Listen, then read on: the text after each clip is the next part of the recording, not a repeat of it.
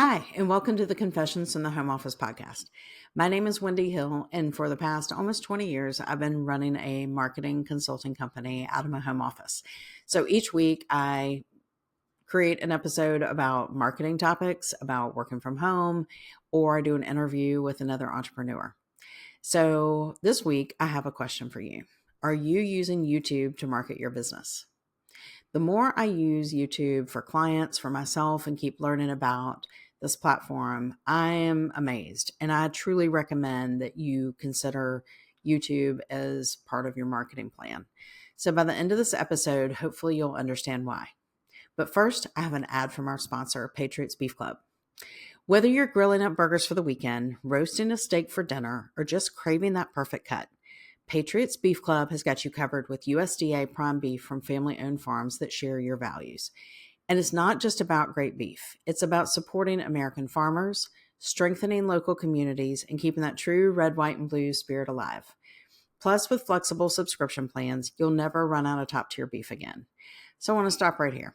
We just got our subscription a couple of days ago, and we've been getting the ground beef and the hot dogs for a couple of months, and it has changed how cooking and meals go around here. My husband is an excellent cook. Everything he makes is absolutely delicious. When he cooks with beef from Patriots Beef Club, it is off the charts great. It tastes better. I feel fine after I eat. I didn't realize that meat from the grocery stores was kind of making me feel weird afterwards. That has all changed. I can't say enough about it. So the ones that we got this week came with ground beef, but also came with steaks. So I'm excited about that. And so you just do a monthly subscription and it comes a week or two later on dry ice, and it is fantastic. And the prices are really good too. So what are you waiting for? Join the club and experience what it means to eat like a true American. Visit patriotsbeefclub.com/America today and learn more about the packages available and get started. That's patriotsbeefclub.com/America. Now back to our episode about YouTube. So every day, people watch over 1 billion hours of YouTube content. Yes, I said 1 billion. And I looked it up, and I looked it up again. I looked up again. I looked up another place. All said the same thing. So every day, people watch over 1 billion hours of YouTube content. I really don't know how that's possible, but I believe them. That's equivalent to 114,155 years of viewing time every day. About 720,000 hours of video are uploaded to YouTube every day. So that's equivalent to 500 hours of video being uploaded every minute. That's wild. And people of all ages watch YouTube. I see people let their kids watch cartoons and things on YouTube. I would say teens watch YouTube. My dad's 80 years old. He loves to watch YouTube. I'm not 80 years old. I love to watch YouTube. So anytime that I want to learn about something or learn how to do something or a review or anything like that, I go to YouTube. And YouTube is not just a video platform. It is the world's second largest search engine. So Google's number one. Google owns YouTube. YouTube is the second. But unlike Google, YouTube is a search engine and a social media platform. So think about it. You go and you search for something, you can subscribe. If you're logged in, you can subscribe so you get notifications when they upload something else. You can like videos or dislike videos. You can make comments. You can share them. Sometimes people have subscriptions so you can get private, special content and do that and pay for that. So that's how it's a social media platform too. So over 50% of people use YouTube to do research on products before purchasing. So think about that. You put your service, your product out there, more people are going to see it and can learn about it instead of just having to go just to your website. So according to Google, YouTube Shorts, those used to be the videos that were just like up to 60 seconds. They've expanded that now, and it's now up to 3 minutes. YouTube Shorts were watched by more monthly logged in users than videos on TikTok and Instagram Reels. So, I know people on TikTok all the time. I know people, my dad, on Instagram all the time. So its viewership, YouTube Shorts, have increased by around 500 million users since 2022. That's huge. This is exactly why YouTube has become such a powerhouse tool for marketers. It's where people go to learn, to be entertained, and where they can go to decide to buy. Now, you might be thinking, well, what about TikTok? TikTok's huge. And what about Instagram Reels? Those are huge. But while those are great for short form content, YouTube can provide long form content. I mean, you think about podcasts. This podcast is not just a couple of minutes. It's usually 10, 15, 20, 25 minutes. Think about huge podcasts that are out there. I was listening to one today in the car. It was 3 hours. It'll take me a couple of days to get through. But just long form videos, educational content. You can't get everything you need just in a TikTok or an Instagram reel. YouTube's a great place to put that. So regarding watch time, an average YouTube session is over 40 minutes. And you think, that's crazy. I don't do that. But think about it. You watch a video and then you see something else on the side that's recommended for you. You may click over and watch that, and time flies. Think about all the rabbit holes you can go down on YouTube. And you may end up watching hours of stuff on TikTok or Instagram, but it's just in short bites. It's just enough to kind of to pique your interest, and you're not getting all the information. And then second of all, think about YouTube's targeting capabilities. They know who to show the video to. They know about you. They're owned by Google. Think of all the data they have for Google Ads and just how much they're collecting on us by our search histories. So it's really sophisticated, and it's going to get in front of the right people. And then also, unlike other platforms like Facebook and Instagram, where you can go out and you can post and you can have other people tag you, mention you to help grow your following. A lot of times you have to do pay to play to really grow your following over time. And if you're doing that, your numbers are looking good. When you stop doing that, the numbers slow down. YouTube content can keep driving traffic for years.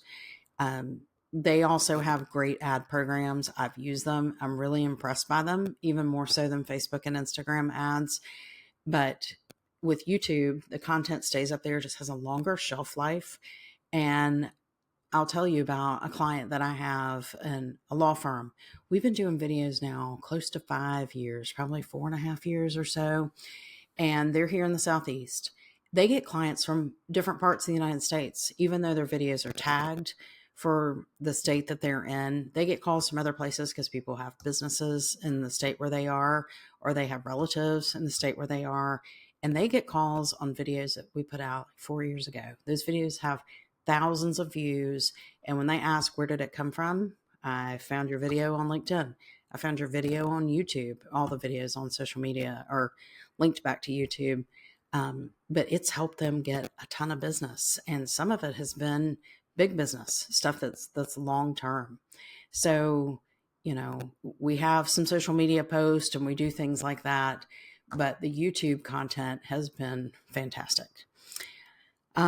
We make sure we tag the videos with really good keywords, keep the titles and descriptions simple, but we have call to action. We have all the contact information in there. So when someone goes out and asks a legal question, mentions a legal topic, there's a good chance they're going to find them. So you may be thinking, all this sounds great. How am I going to do all this? How am I going to get all this together? This sounds like a huge project to do. And you do have to do some planning with it. But once you get in a routine, it can be great. And the good thing about YouTube is people were doing all these like really fancy videos or really funny videos or really quirky videos. The trend now is straightforward content. I think we've all kind of had enough of all the craziness. It's fun to watch. But if you're going out looking for something, you just want the goods. You just want the information. So you don't have to be crazy or hire super high-end production companies to do your videos. So let's talk about channel setup.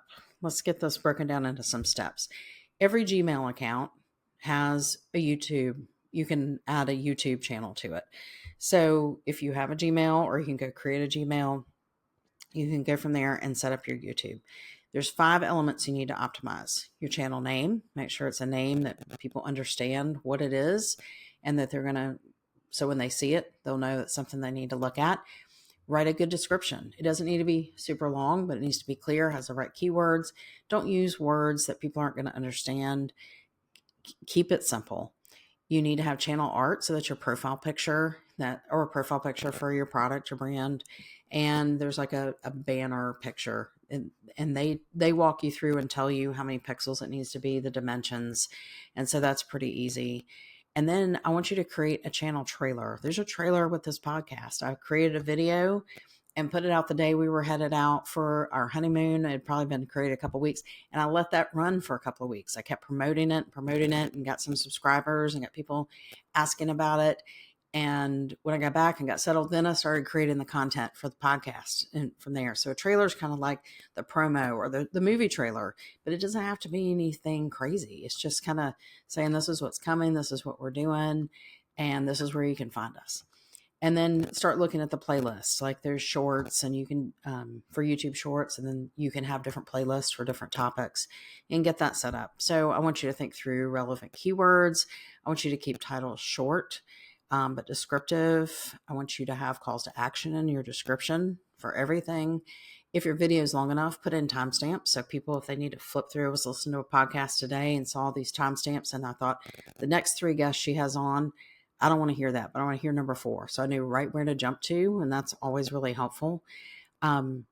You can turn on the closed captioning. So if people are at work and they're not supposed to be watching YouTube, they can still watch it with captions.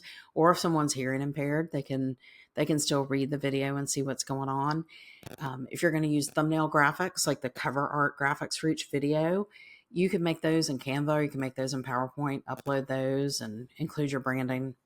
So you think, well, what do I need to start with? I'd start with a short, after your trailer, I would start with like a 3 to 5 minute video.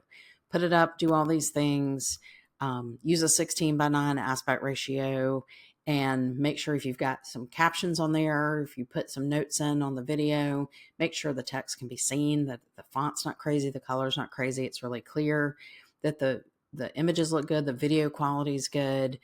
And then you think, well, what else, what am I going to talk about? Like, how do I do the content strategy and figure out? I would do more educational, answering questions, frequently asked questions, addressing pain points, that type of thing more often. I would throw in some entertaining, fun things just to kind of keep people on their toes, or to kind of show the softer side of your brand, your company, or whatever. And then just keep monitoring and see what works. So another client, we were doing some podcasts, and we saw these certain topics they were getting tons of views on, but then when they were kind of talking more about basic core things where they had started the podcast, they weren't getting as many views. So they realized that people were really looking for the other. So they've gone in another direction for right now. So that's what I would do. And that's what I've done with clients, and know that you can always adjust. The great thing about a video is if you hate it, you can delete it, or you can always re-record it or redo it, or you can just leave it out there because it's got good descriptions and keywords. Make sure you put in your tags down near the bottom. There's a place where you can add different keywords. Do that. That really helps. So to wrap it up, let's talk about what you can do next. I want you to think about, do you already have any video content you can put up there? If so, do it. Get it started. If you don't, go ahead and get your YouTube channel set up and use all the tips that we covered, and think about your content calendar. That doesn't have to be anything crazy. That can be on a piece of paper. You can do that on a spreadsheet, and figure out how often you're going to create content, how often you're going to put it up.